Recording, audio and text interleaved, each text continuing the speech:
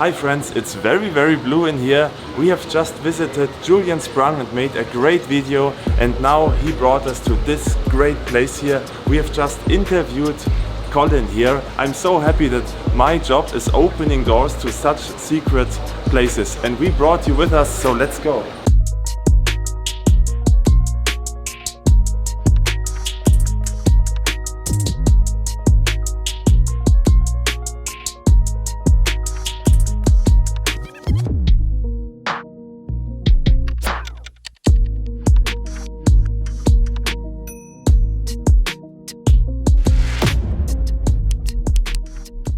Welcome to the Coralmorphologic-Lab. This is where we grow corals from all around the world. As part of our practice where we hybridize art and science, we use film and photography of the corals as a way to engage the public, because of course we're in a city on the third largest reef tract in the world, and before we got started in 2007 there really wasn't a lot of connection between the city of Miami and the ocean and the coral reef. And so, over the last almost 20 years, Coralmorphologic has had the mission of utilizing pop culture, fashion, art, and multimedia to get the attention of the general public, to get them to fall in love with the corals. I mean, for aquarists, we love them because of their color, their shape, their form. We need to cast that spell on more people, and also that'll hopefully bring people into the aquarium hobby as well when they see that they can sustainably grow corals in a home aquarium.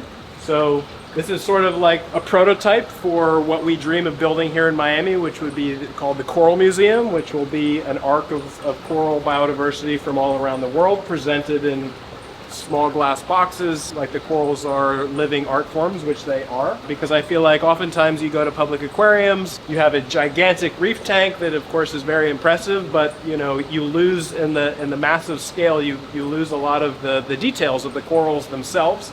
And I feel like the general public oftentimes just sort of focuses on the fish and less so on the coral. So by making smaller exhibits with the corals more prominently displayed, I think it's a great opportunity to engage the public and captivate them with their beauty. So in Miami, it's a neon city.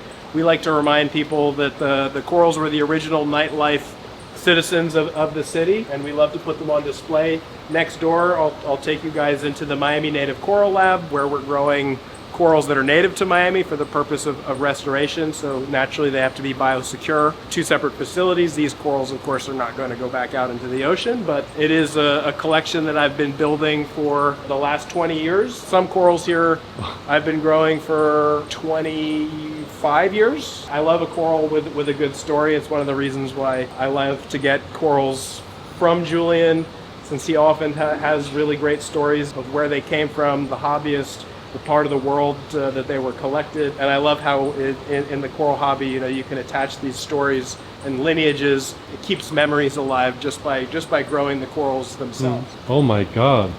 Yeah, so right at first glance, you've got beautiful corals. Oh my God. Thank you.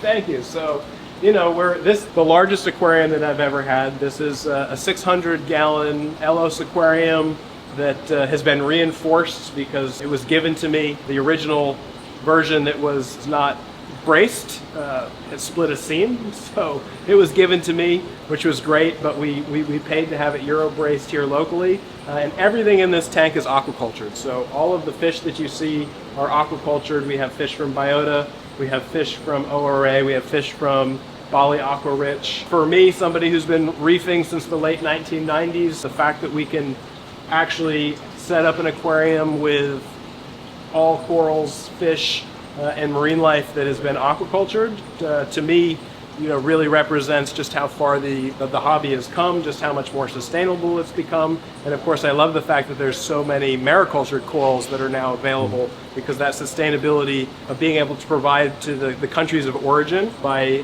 letting them cultivate their most colorful and rarest ornamental corals becomes a consistent form of income for them as they're able to export these clones for many years. This is definitely a bit of a point of pride, but it's also very challenging. This is a peninsula tank, so I'm aquascaping on 3 sides. I have to maintain water flow, which can be a little tricky, especially as the colonies get larger and deeper in the colony. The water flow isn't as good, and so I'm always battling some level of an unhappy coral colony here and there. but I think that happens to all of us. The owners of the tank always focus on the problems, and the people that come in and see it only see all of the beauty, so I have to remind myself, like, we're doing pretty good, but I'm always, trying to change things up to maximize the flow and the water chemistry. I mean, the calcium demand of this tank is rather insane. I have a huge calcium reactor. I use Kalkwasser, and that's still not enough calcium on a daily basis, so I dose Two Little Fishies Sea Balance 2-part solution to try and maintain a stable alkalinity, but it's wild just how much calcium a system like this is going through, especially when, I maybe against my better judgment, I introduced a bunch of Montipora in here last year, which grows a lot faster, and I'm sure is a big reason why we have such a high calcium and alkalinity demand. It does enable me to add more color in the lower levels of the tank, and I don't really have a whole lot of soft corals in here, on the fact that I've got a lot of angelfish. Typically when I'm stocking my systems here, I just get fish to do work for me.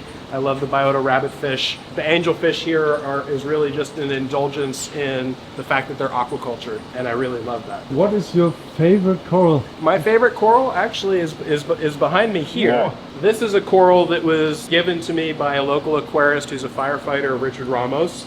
He bought this in a local aquarium store in 1996 and has been cultivating it in his house ever since. It survived multiple hurricanes and extended periods of power outage. So again, I love corals that have a story. It's so fluffy now after all of these years in captivity that, it's not something you typically see in a bubble coral. At one point, he had this in a local fire station here in Miami where he's a firefighter. It outgrew the tank and he gave it to me. I like the good old-fashioned corals, I love bubble corals. To answer that question, honestly, it's whatever coral is giving me the least amount of trouble. When I have problems with corals, I tell myself, okay, I can't buy any more of that coral until I figure it out. So I give myself a year of like not buying, especially LPS corals that sometimes suffer from they're wild collected. I move around between the corals that I'm collecting, the corals that are growing. Of course, ultimately I have found in my experience that buying a frag, a homegrown, domestically grown coral frag, is oftentimes a much better long-term purchase than buying a wild colony or even a mariculture colony, because even though mariculture colonies are very sustainably grown and I fully support it, they're still ocean corals. They're still living under sunlight. They're still getting forces of the ocean that can be really challenging to try and duplicate. So you can buy a coral like in a frag swap like Reef that's been grown by another aquarist who's having really great success. A great example here is the Jason Fox solar flare Millipora here. I bought that as a pinky-sized frag about 2.5, 3 years ago. Oh my God. And it is one of the largest colonies in the tank where I have maricultured Millipora that are just struggling to hang on and don't seem to grow. So, not all corals are created equal. One of the things that, the hobby I think does quite well is only the strongest corals really do well in the long term, and we're sort of selecting for the fastest growing, hardiest corals to grow in our aquariums. Europeans are often shocked at the fact that Americans are obsessed with tiny little frags, but in my experience, it's changed a lot over the years where I really do appreciate buying small frags. So we just got back from Reefapalooza. It was really great to connect with other reefers. I like the original frag swap mentality, the reefers code, where if I'm trading corals with another aquarist, if I ever lose that coral, it's nice to know that somebody else still has it. That's an important part of the hobby, is the community that gets built between aquarists. Julian and I often swap corals back and forth to make sure that one of us still has it, and oftentimes, occasionally we'll say, hey, can I get that frag back? You grew it out really well, I lost mine, vice versa. So, that, to me, that's a really big part of the community building, and growing corals at home, I think, is just like such a rewarding, if not sometimes frustrating process. We've got several of the turtle streams, the old school ones down there, bulletproof. They last forever. In the new native lab, I have the Master DOC skimmer the first one that I bought when we started Coralmorphologic 20 years ago.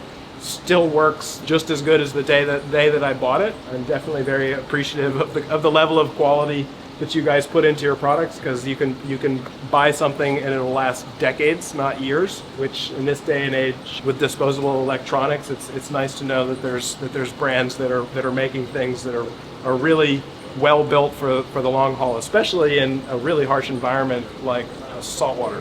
Awesome to hear. Actually, more and more younger reef aquarists, they start their tank to enjoy it for a while, and very often they just do it for some years and they stop it anyway. Right. So they don't need to buy products that last so long. They're good investments in the long term. Yeah. Also, you don't want them to fail at any time. You have these experience for sure as well. If you meet usual people that don't have a reef tank at home and you tell them what you're doing, they just don't understand it. And if I'm telling them what a pump is costing, they're like, oh, it's so much money, are you crazy? And I tell them, yeah, but if you have a reef tank with thousands of euros or thousands of dollars of corals inside, you don't care about a few $100. And then, okay, this makes sense to me now. Yeah. It's a good insurance policy to buy good equipment that's going to last a long time. And I use all of the Two Little Fishies products. Corals are getting fed multiple times every week with Gonia Power and Polyp Power. Utilize the two-part, the carbon, the GFO is all just the backbone of having a healthy and consistent reef aquarium. Honestly, on this place you could spend hours, if not days, and you will always find a new coral, a new color. It's such an amazing place, so I'm very sorry that we cannot show you everything, but we try to show you the highlights here. I just wanted to ask you what's your opinion of this farm? I mean, it's incredible, and I'm really looking forward to seeing like your Caribbean corals, because those are, I don't know those at all because they're not in the trade, at least not in Europe. So that's really interesting. But everything else you have here is just incredible. The amount of coral and like really rare stuff I've never seen before, like the Simoni. We can look at that later. Yeah. And also it's really cool that you just have like tank red fish in here. That's really nice. I mean, people who know me know that I love tank red fish. And we propagate that and say, please buy tank red. And he's basically everything. He has all my favorite. He has a gold flake as well as I do. He has a majestic. He has the Venusta angel. Even the rabbit fish are tank bred, which is really cool. Rabbit fish are venomous, so they're not afraid of anything. You can pet them, and they're not afraid of anything. But they're dump trucks. So you have to feed a lot of food to them, and they are hogs. So I have to really feed to make sure that all the fish are getting their nutrition. I mean, in these small tanks there's a lot of cool stuff, like the carpet anemones. Usually there's just like the brown and the green ones, but we have a blue one and a red one and a gigantic, and the color's really cool. There's a lot of cool stuff to LPS, like I think this is Scolimia, but the color's just insane. And what I really like, because most of the time when we went to the American shops and stuff like that, you hardly see any soft coral at all. And he has a really cool selection of cool sarcophyton in here. Yeah. Which I think is really nice, because I love soft coral and I think they're a little bit underappreciated, and here we have a whole tank of them, and like cool varieties with like the long polyps. I really love that. Obviously some really nice LPS. And also something I've never seen before is this guy. That's a deep water coral. I forgot the name already because I've never seen or heard of it before. It's really cool. Truncata flabellum. I believe it's a Western Australian deep water coral, a really rare non-photosynthetic coral. I feed it a lot. As long as I feed it 3 to 4 times a week with frozen mysis, it has not given me any problems whatsoever. I really like this. This is called the Dreamcatcher Duncansamia. So, but the size of the polyps on that are just so much more massive than every other Duncan. It's a real centerpiece. One of the things that I've learned the most over the years is corals are animals, and they really like to eat. They benefit greatly from food. I think that maybe the last 20 years or the first decade of the millennium was really focused on like lights, and there was a lot of emphasis on having the right lights to grow corals, but we weren't really thinking about the nutritional aspect. And now that the lights, I think, are a little bit more dialed in, we're starting to realize how important it is to feed corals, because a non-photosynthetic coral has to be fed, but all these corals are also capable of eating. And I mean, they do in nature. They catch plankton all the time, so exactly. The best thing you can do is to simulate that. The balance of fish, I think, is important too, because fish poop is a really important thing for the ammonium. Like the fish droppings that land on the coral is also a form of food. You know, it is a fertilizer that is helping the zooxanthellae grow as well. So, you know, as a scientist, I've been to places in the Caribbean where the water is crystal clear. Wow, perfect conditions. But then you get down to the reef and it's all covered in macroalgae, and you look around, there's no fish anywhere. And so to me, that says that, you know, having a healthy population of fish, you need to have both. And it's interesting to see now, you know, people are literally doing like ammonia dosing now to their tanks to provide the corals with additional nitrogen for their zooxanthellae. But fish are important as well, for sure. This is really cool. It's a macrodactyl anemone. Yep. Usually it's just, you know, like the crab trees. Yep. The bubble tip has a red one, but that's also a red one. Julian also has one. Yeah, Julian It's had that. incredible, Julian had yeah. that one first, and I became envious of his anemone, and I found one about 4 or 5 years ago. But the clownfish here also has a really great story. So this is a Miss Bar Darwin black clownfish. It's about 30 years old, 30. and so she's one. That is old. Yeah, she's one of the first wild black Darwin clownfish that was exported out of Australia in the late 1990s, and was a breeder in Maryland for a number of years, and then was retired to one of my interns who had worked for Avasta Marine in high school. We tend to be a clownfish rescue.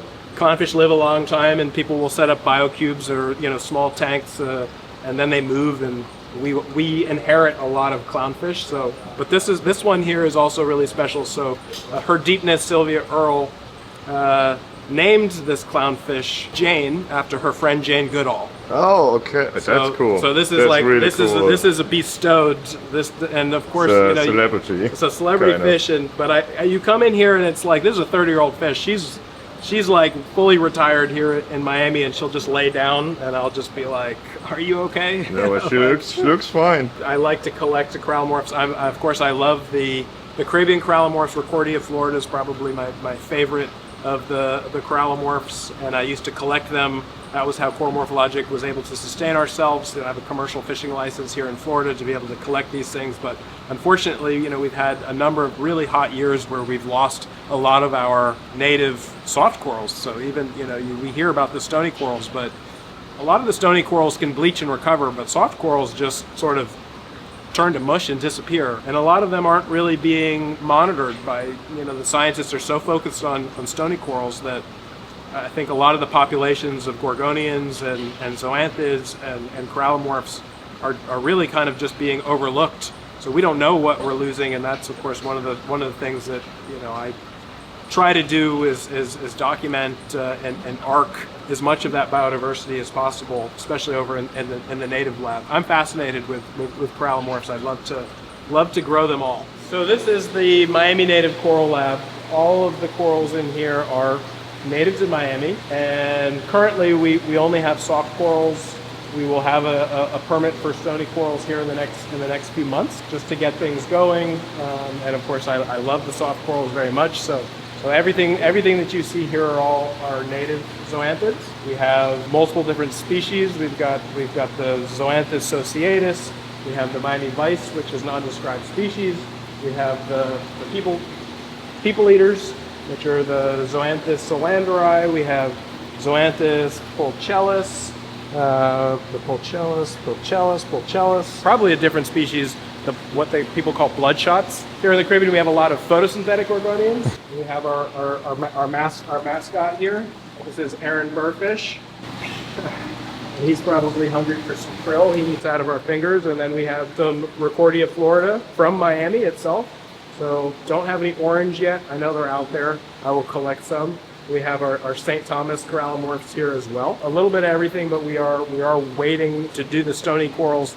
We are planning on spawning corals here, especially some of the corals that scientists aren't working with, like Scolimaya cubensis. You know, everybody knows that a lot of the Scolimaya or homophilia come from Australia, but we have our own species here, and they too can be bright neon green and red and come in a variety of different colors. So because they're not considered reef building species, the state isn't doing much to try and arc them or research them. So, you know, this is one of the things that we want to be able to do since we're a little bit more independent. We're growing about 2,200 gorgonians for an artificial reef project that is off of Miami Beach called the Reef Line, and I'm the scientific director. So we're going to accelerate the creation of this artificial reef by attaching the gorgonians onto the underwater sculpture park traffic jam of concrete cars. So there's going to be a traffic jam of cars that have gorgonians growing on them, like nature taking over this human-made traffic jam as an art piece.